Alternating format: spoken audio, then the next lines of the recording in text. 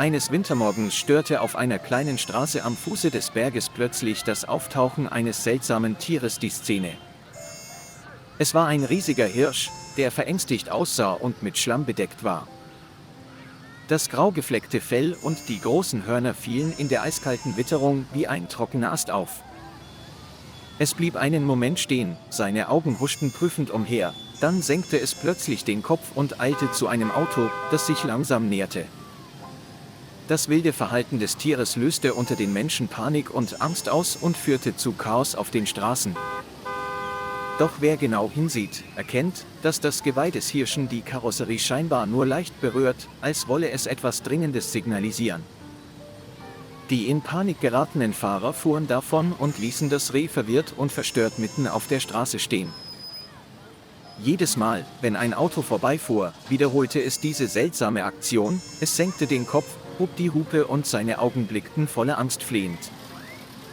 Einige Leute blieben stehen, um zuzusehen, andere machten Fotos, aber niemand verstand den Grund für diese Aktionen. Als die Hirschkuh sich umdrehte und davonlief, beschlossen einige neugierige Menschen voller Zweifel, dem Tier zu folgen. Schließlich führte das Tier sie tief in den Wald, zu einem See, der in der frühen Winterkälte zugefroren war. Die Hirschkuh blieb stehen, hob den Kopf und stieß einen erstickten, kalten Laut aus, als rufe sie aus weiter Ferne nach etwas. Aus der Mitte des Sees kämpfte sich ein kleines Rehkitz heran, seine Füße rutschten auf dem gebrochenen Eis aus, und es versuchte vergeblich, ans Ufer zu klettern.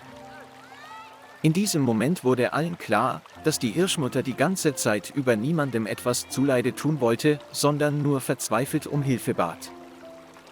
Seine Augen blickten den Menschen an, ohne die übliche Panik, sondern nur mit einer schwachen, aber intensiven Erwartung.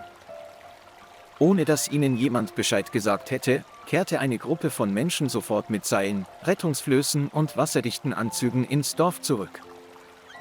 Sie wateten in den kalten See und näherten sich vorsichtig dem zitternden kleinen Tier. Der Wind blies uns kalt ins Gesicht, das Wasser klebte an unserer Kleidung und war eiskalt, aber niemand blieb stehen oder beschwerte sich.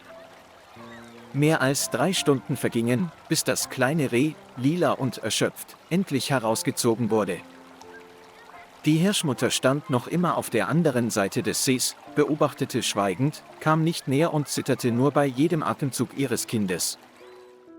Die Menschen setzten den Hirsch an die Feuerstelle, trockneten sein nasses Fell und hielten ihn mit weichen Wolldecken warm.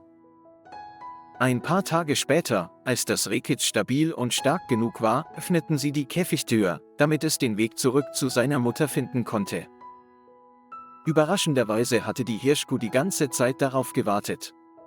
Sie näherten sich langsam und berührten in einem sehr rührenden Akt der Zuneigung ihre Nasen. Dann betraten die beiden den tiefen Wald und ihre Gestalten verschwanden allmählich hinter den Bäumen.